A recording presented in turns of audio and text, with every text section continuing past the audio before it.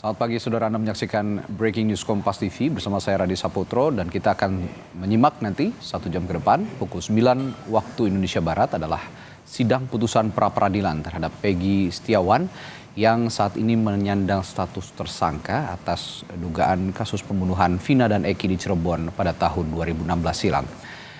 Sidang ini sendiri nanti akan berlangsung di Pengadilan Negeri Bandung dan hingga saat ini masih menantikan kehadiran dari termohon dan juga pemohon untuk sama-sama dibacakan nanti menyaksikan pembacaan putusan dari Hakim Tunggal Pra-Peradilan Eman Sulaiman. Dan saudara, untuk mengetahui bagaimana kondisi paling akhir di Pengadilan Negeri Bandung jelang putusan sidang pra-peradilan Peggy Setiawan, kita akan tanyakan langsung pada jurnalis Kompas TV Ninda Destiani di sana. Ninda, selamat pagi.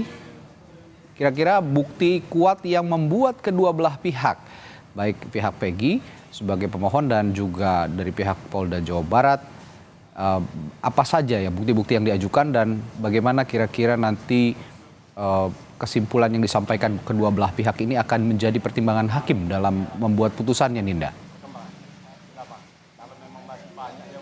Iya, selamat pagi Radi dan juga saudara. Saat ini di Pengadilan Negeri Bandung ini tengah hadir sejumlah pihak dari pihak keluarga Peggy, kemudian juga sejumlah kuasa hukum dari Peggy untuk kemudian nanti akan menyaksikan sidang lanjutan dari tersangka Peggy Setiawan yang digelar rencananya pada pukul 9 pagi nanti ya mendatang, Radi dan juga saudara. Dan memang untuk agenda hari ini yakni adalah agenda putusan dari pihak Hakim Ketua ataupun Hakim Tunggal yakni Eman Sulaiman.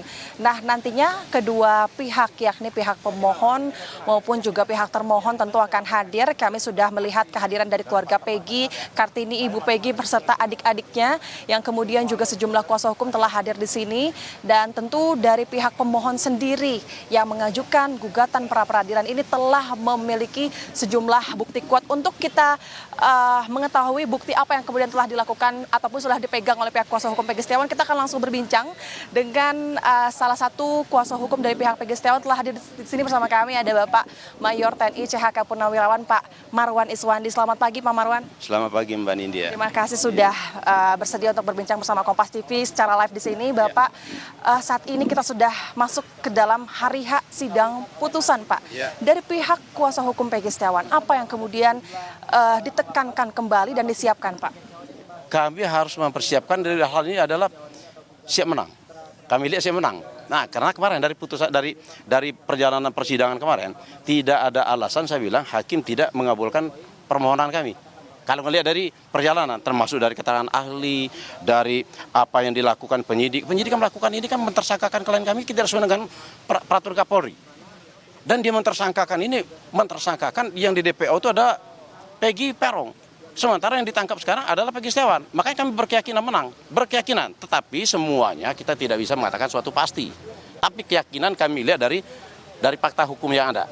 Tetapi apapun namanya keputusan dari pengadilan ini, keputusan dari Hakim Tunggal Pak Eman Sulaiman, kita wajib menghormati. Kami wajib menghormati. Terjelek sekalipun kami hadapi. Itu. Jadi menurut pihak kuasa hukum sendiri, Peggy yang saat ini ditahan oleh pihak Polda Jawa Barat ini bukanlah Peggy Peron. Seperti apa Pak? Bukan, karena Peggy Peron alamatnya di Mundu, ciri-cirinya berbeda, semuanya berbeda daripada Peggy Setiawan. Peggy Setiawan alamatnya di Talun, umurnya berbeda, ciri-cirinya berbeda. Waktu kejadian perkara klien kami ada di Bandung. Makanya kami datangkan saksi fakta waktu kemarin. Nah, saksi fakta dari Polda pun tidak ada. Siapa sih yang mengatakan kalau Peggy Setiawan ada Peggy Peron? Itu kami tanya. Tapi mereka tidak menghadirkan. Itu Mbak. Bukti kuat apalagi Pak yang dimiliki oleh pihak kuasa hukum untuk kemudian harapannya dapat menggugurkan Peggy Setiawan sebagai tersangka? Tadi jelas saya bilang orangnya udah berbeda. Oke kan? Yang kedua, proses terhadap mentersangkakan klien kami tidak sesuai dengan peraturan Kapolri dan peraturan Kabareskrim. Kalau peraturan Kabareskrim atau Kapolri itu jelas. Ini kan bukan tertangkap tangan. Klien kami bukan tertangkap tangan. Tanggal 21 baru ditersangkakan. Tanggal 21 juga mereka itu setelah menjadi tersangka klien kami, baru mereka cari alat bukti. Kan lucu aja. Sesuai kalau peraturan Kapolri itu jelas, dipanggil dulu, dijadikan sebagai saksi, baru digelar perkara, udah jelas kok. Udah jelas semuanya kalau penyidik ini melakukan sesuai dengan peraturan Kapolri, tapi mereka tidak melakukan, mereka melawan perintah Kapolri. Sebenarnya mereka harus disidang kode etik. Baik, Pak, dari kuasa hukum sendiri tanggapannya seperti apa sih? Melihat dari pihak Polda Jawa Barat kabarnya memiliki bahkan tiga alat bukti yang cukup kuat, yakni adalah keterangan ahli, keterangan saksi, dan keterangan surat. Seperti apa tanggapan dari kuasa hukum? Ya kalau mereka mengatakan cukup kuat ya seperti sidang kemarin. Makanya nanti kita lihat ya putusan dari hakim nanti. Kita lihat. Makanya saya bilang semuanya kita wajib menghargai putusan dari hakim. Kalau terjelek bagi kami pun ya harus kita terima. Kalaupun akhirnya nanti sidang gugatan ini tidak dikabulkan oleh hakim, kemudian dari pihak kuasa hukum seperti apa? Kita siap menghadapi, harus siap. Siap untuk melakukan sidang perkara. Itu. Bapak, ini sekali lagi, mungkin ini dari pihak Polda Jabar kemarin pada saat sidang disampaikan bahwa track record Peggy Setiawan ini disebutkan bahwa pernah memiliki kasus, kemudian juga dari segi kendaraannya tidak memiliki surat-surat. Seperti apa tanggapan dari kuasa hukum? Itu dengan nama itu mengada-ada, Mas. Mengada-ada, Mbak. Kalau dia bilang yang kasus itu mungkin kasus narkoba, dikatakan narkoba kan dibebaskan, enggak kok. Tidak terbukti kok, enggak sampai di persidangan kok. Kalau nggak salah, tidak sampai di persidangan kok. Enggak benar ya. Kalau disangkut-sangkut enggak ada. Yang kita ini fokus kepada pokok kasus pembunuhan Eki dan Vina. Nggak usah kita sampai apa yang lain-lain itu nggak menurut saya nggak ada relevan. Makanya mereka pun waktu bertanya waktu waktu persidangan itu kan menanya masalah posisi tidur segala macam. Itu kan dari kuasa hukum Polda.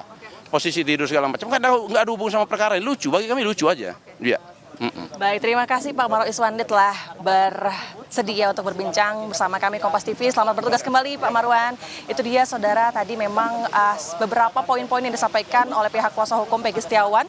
Di antaranya merupakan bukti-bukti kuat yang dianggap kuat oleh pihak kuasa hukum Peggy Setiawan. Adapun bukti kuat dari pihak Polda Jawa Barat menjelaskan bahwa pihak Polda Jawa Barat sendiri memiliki 3 alat bukti. Saksi keterangan, saksi surat, bahkan juga saksi ahli. Lalu pihak Kabitkum Polda Jawa Barat ini juga telah menepis bahwa pihak Polda Jawa Barat ini terkait salah tangkap atau error impersona ini pihaknya telah melakukan pemeriksaan terhadap Peggy Setiawan secara komprehensif dan juga melibatkan internal kepolisian sehingga menurut Polda Jawa Barat ini tidaklah adanya salah tangkap terhadap Peggy Setiawan. Kemudian nanti juga akan kami pantau apa yang akan dilakukan oleh pihak Hakim Ketua Eman Sulaiman untuk kemudian dapat memimpin sidang lanjutan ini, yakni sidang putusan. Apakah kemudian Peggy Setiawan ini akan diterima gugatan pra peradilannya atau tidak? Tentu ini kalaupun ia tidak dikabulkan tentu akan berpengaruh atas langkah-langkah Peggy Setiawan ke depannya, yakni di sidang perkara nanti. Radi.